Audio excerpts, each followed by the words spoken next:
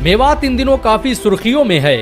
हाल ही में दंगाई दल और दूसरे संगठनों के द्वारा फैलाए गए आतंक के बाद मीडिया और सांप्रदायिक ताकतों द्वारा मेवात को मिनी पाकिस्तान बताने की कोशिशें जोरों पर हैं। लेकिन क्या आप जानते हैं कि मेवात को मिनी पाकिस्तान क्यों कहा जा रहा है? ऐसा इसलिए नहीं है कि वहां पर 80% से ज्यादा लोग मुसलमान हैं, बल्कि ऐसा इसलिए है क्योंकि उसके इतिहास में कुछ ऐसा दफन है जो वर्षों तक फासीवादी ताकतों को तकलीफ देता रहेगा। मेवात में मुसलमानों का इतिहास सदियों पुराना है। मुसलमान मेवात में पहली बार 9वीं सदी ईस्वी में दाखिल हुए, जब हरियाणा में मुसलमानों की आबादी मात्र कुछ हजार थी। लेकिन कहानी में असल मोड़ तब आया जब महमूद गजनवी के भांजे सैयद सालार मसूद ने अपने कदम मेवात की सरहदों में रख दिए। सालार मसूद का जन्म मेवात से 377 किलोमीटर दूर अजमेर में हुआ था। उन्होंने अपनी पूरी जिंदगी इस्लाम की तबलीग और निज़ाम इलाही को कायम करने में लगा दी। कुछ तारीखी वाकयात बताते हैं कि ये सैयद सालार मसूद ही थे जिन्होंने मेवात के इलाके में सबसे पहले इस्लाम की तबलीग के लिए लोग भेजे। लेकिन मेवात में इस्लाम असल में तब फैलना शुरू हुआ जब कुतुबुद्दीन ऐबक की दौरे हुकूमत में सूफियों और उलमाओं ने अपनी बस्तियां बसानी शुरू की। इस्लाम के प्रचार प्रसार के लिए मेवात में जिस पहले इंसान ने कदम रखा उसका नाम हुसैन खंग सवार था। इन्होंने कई सालों तक मेवात के हिंदुओं के दरमियान रहकर इस्लाम की तबलीग का काम किया, जिसके नतीजे में मेवात में तोमर वंश से ताल्लुक रखने वाले गोत और पाल नाम के पूरे कबीले मुसलमान हो गए। तोमर वंश का इस्लाम कबूल करना भारत के इतिहास में कोई छोटी घटना नहीं थी। मोहम्मद बिन कासिम के भारत आने के बाद ये पहली बार था कि जाटों की इतनी बड़ी तादाद ने एक साथ इस्लाम कबूल किया था। सैयद हुसैन खंग सवार सुल्तान मुइजुद्दीन शाम के साथ ईरान से भारत आए थे, और जब मुइनुद्दीन शाम कुतुबुद्दीन ऐबक को दिल्ली का गवर्नर बनाकर वापस ईरान लौट गया तो सैयद हुसैन खंग सवार भी उसके साथ भारत में रुक गए, जिन्हें बाद में कुतुबुद्दीन ऐबक के द्वारा अजमेर का गवर्नर नियुक्त किया गया। तारीख फरिश्ता का लेखक लिखता है कि इनके इल्म और सोहबत में बैठकर बड़े बड़े काफिर मुसलमान बन गए और उन्होंने मुसलमानों की तरफ से बड़ी बड़ी जंगें लड़ी। हालांकि बाद में उनके प्रभाव और इस्लाम के प्रचार प्रसार को देखते हुए दुश्मनों ने उन्हें धोखे से शहीद कर दिया। 12वीं सदी से 17वीं सदी के दरमियान में मेवात में बहुत से सूफी संत गुजरे जिन्होंने इस्लाम को फैलाने का काम किया। शेख हमीदुद्दीन नागौरी, ख्वाजा हुसैन नागौरी, शेख अहमद सैबानी जैसे उलमाओं की मदद से हरियाणा, राजस्थान, पश्चिमी उत्तर प्रदेश और खासकर मेवात के क्षत्रिय और राजपूतों ने बड़े पैमाने पर इस्लाम को कबूल किया। जब दिल्ली की सत्ता फिरोज शाह तुगलक के हाथ में आई तो उसने खुद मेवात के लोगों को इस्लाम कबूल करने की दावत दी, जिसके नतीजे में बहुत से लोग मुसलमान बन गए। मेवात के जिन हिंदुओं ने इस्लाम कबूल किया वो मेव कहलाए। आज 500 साल गुजरने के बावजूद मेवात के मुसलमान अपना ये नाम बरकरार रखे हुए हैं। 1857 तक मेवात की अधिकांश जनता इस्लाम कबूल कर चुकी थी और यहाँ पर मुसलमानों की आबादी 12 लाख के करीब थी। लेकिन मेवात के मुसलमानों का इस्लाम भारत के दूसरे मुसलमानों की तुलना में बिल्कुल अलग था। मेवात के हिंदू धर्म के लोगों ने इस्लाम जरूर कबूल किया, लेकिन वो अपने धर्म के रीति रिवाज नहीं छोड़ पाए। यही वजह है कि 19वीं सदी तक बहुत से मुसलमान उन रिश्तों में भी शादियां नहीं करते थे जिनमें इस्लाम इजाजत देता है। इतिहासकार लिखते हैं कि ये वो मुसलमान थे जिनका मजहब तो इस्लाम था, लेकिन रगों में राजपूताना हनक बरकरार थी। ये सोचने वाली बात है कि 19वीं सदी में मेवात में सबसे अधिक आबादी मुसलमानों की थी, लेकिन यहाँ पर मस्जिदें और इबादत गाहें ना के बराबर थीं। राजपूत, जाट और अन्य जातियों से कन्वर्ट होने की वजह से इनमें जाति दंभ मौजूद था। अगर कुछ ना था तो वो था इस्लाम।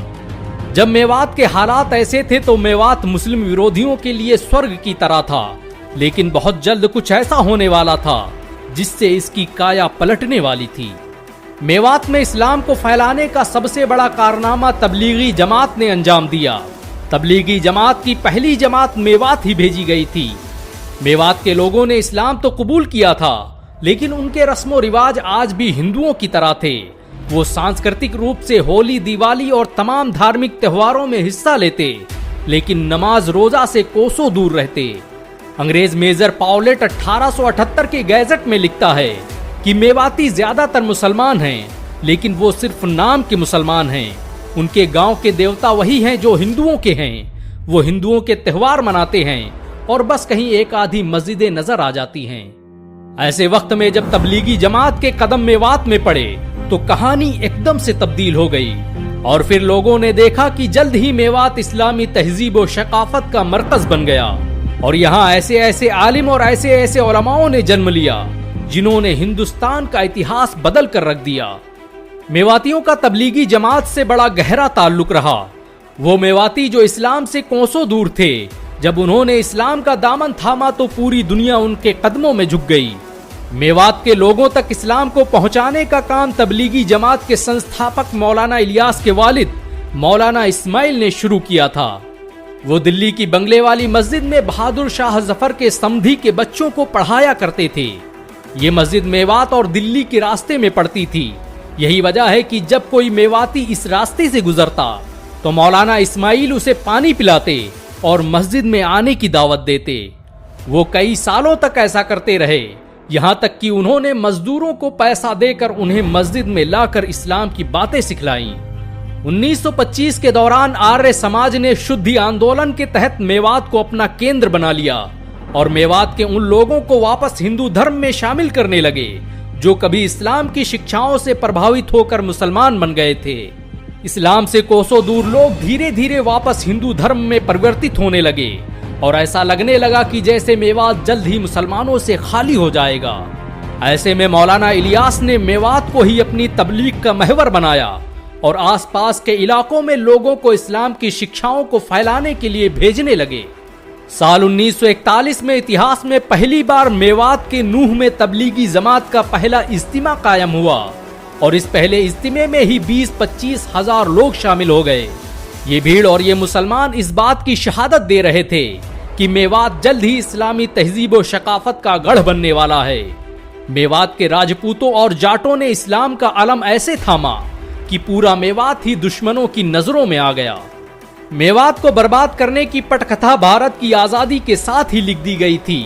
यही वजह है कि आज भी कहीं मेवात को मिनी पाकिस्तान कहा जाता है तो कहीं साइबर क्राइम का अड्डा। 1947 में भारत पाक बंटवारे के दौरान जब फसादात का दौर शुरू हुआ तो इसकी जिम्मेदारी सरदार पटेल ने सिख रेजिमेंट को दी, जिसने मुसलमानों का बड़े पैमाने पर कत्लेआम किया। जब इस आग ने मेवात सहित पूरे हरियाणा क्षेत्र को अपनी गिरफ्त में ले लिया, तब मेवातियों का एक गिरोह सरदार पटेल से मिला तो उन्होंने मेवातियों पर तंज करते हुए कहा कि तुम्हें पाकिस्तान मिल तो गया है, जाओ वहीं चले जाओ।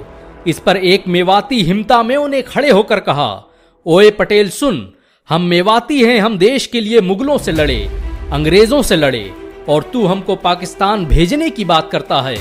हम मर जाएंगे लेकिन तेरे कहने से पाकिस्तान नहीं जाएंगे। ये बात सुनकर पटेल को मानो सांप सूंघ गया और उनके मुंह से कोई आवाज ही नहीं निकली।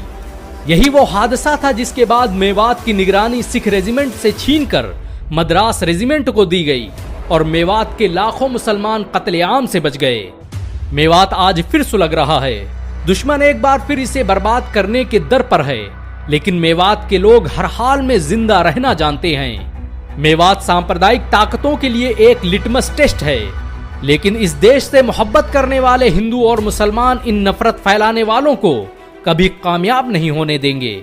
सरकार को चाहिए कि वो ऐसे लोगों पर कानूनी कार्रवाई करे जो भारत के ही एक हिस्से को मिनी पाकिस्तान बताने की कोशिश में लगे रहते हैं। वैसे एक मेवाती और एक मुसलमान होने के नाते आपको गर्व महसूस हुआ हो तो इस वीडियो को लाइक और शेयर जरूर करें। ऐसी और वीडियो को देखने के लिए हमारे चैनल को सब्सक्राइब करें, घंटा जरूर दबाएं।